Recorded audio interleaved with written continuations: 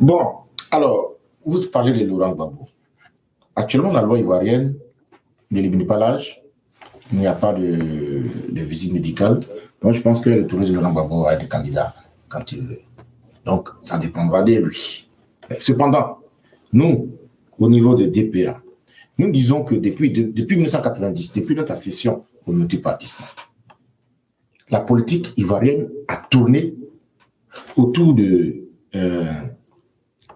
président Ouattara, Bédié, Gbagbo, bon, Gueye Robert, j'en parle plus, parce qu'il a décédé déjà. Donc, autour de ces trois personnes.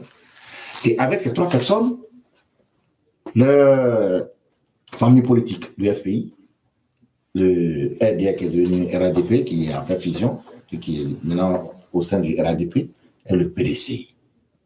Donc, voici les trois personnes avec leur mouvement politique qui ont dirigé la Côte d'Ivoire depuis notre accession au multipartisme.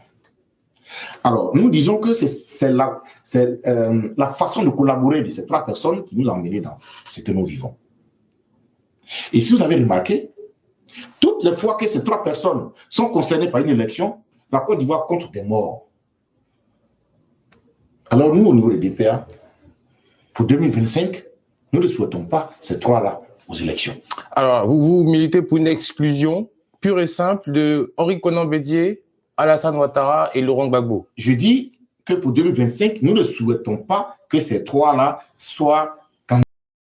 Pour revenir à la question, l'exclusion des... Notre jeunesse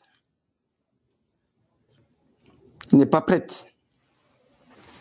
Mais alors, monsieur, on a une jeunesse politique ivoirienne qui monte en puissance. Elle monte en puissance. Charles Blé Goudé, Stéphane Kité. Il n'y a pas de problème. Eh oui, il n'y a pas de problème. Il manque de tolérance. Ils sont impulsifs. De tous les niveaux, toutes les classes. S'ils maîtrisent ces deux éléments-là, s'ils maîtrisent leur pulsion, s'ils sont à 80% tolérants, c'est des bons hommes. On va laisser le CI vous savez, son adjectif. Oui, c'est vrai. Alors, tout à l'heure, j'ai dit que nous ne souhaitons pas qu'en 2025, encore dans 4 ans, oui, ces 4-là réempilent. D'ailleurs, ces 4-là seront aux alentours de 80. Mais si vraiment ils ont cette conscience-là, qu'à 80 ans et au-delà, ils pouvaient prendre une retraite politique, je pense que d'ici les 4 ans, ils pouvaient préparer quelqu'un. Voilà. Vous êtes d'accord? Je suis d'accord. D'ici les 4 ans, ils pouvaient préparer quelqu'un. Il a dit tout à l'heure que notre jeunesse est très impulsive.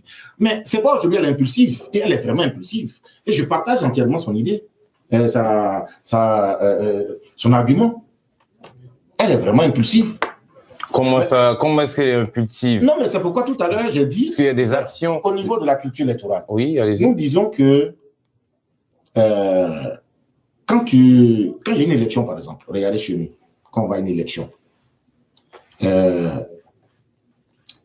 lorsqu'on finit de faire les décomptes, on n'attend même pas que la CEI se prononce. On n'attend même pas quoi que ce soit. Si on n'est pas d'accord dans le bureau, là, on commence à se battre. Mais quand tu as cette culture électorale, tu ne peux pas être impulsif. Tu ne peux pas te faire justice. Il faut être patient. Il faut suivre les voies de recours. Tu n'es pas content, il y a des voies de recours. Et lorsque les voies de recours décident contre toi, tu abdiques. Ça, savoir cette culture-là. Quand il parle de changement de mentalité, mais c'est ce genre de mentalité nous devons arriver. Ne pas se faire justice.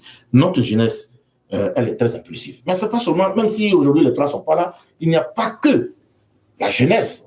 Il y a aussi cette génération intermédiaire entre notre génération et celle des Quand vous dites notre génération, vous parlez de temporellement. Oh, mais je veux dire, il y en a, il y a des messieurs de 60 ans qui sont encore là, qui peuvent toujours travailler, qui peuvent être des présidents. Ceux-là, ils ne sont pas comptés parmi notre jeunesse impulsive.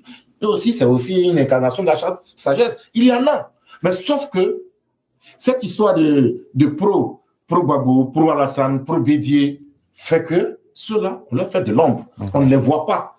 Et pourtant, il y en a des gens, des Ivoiriens, qu'ils soient en Côte d'Ivoire, qu'ils soient à l'extérieur, qui peuvent diriger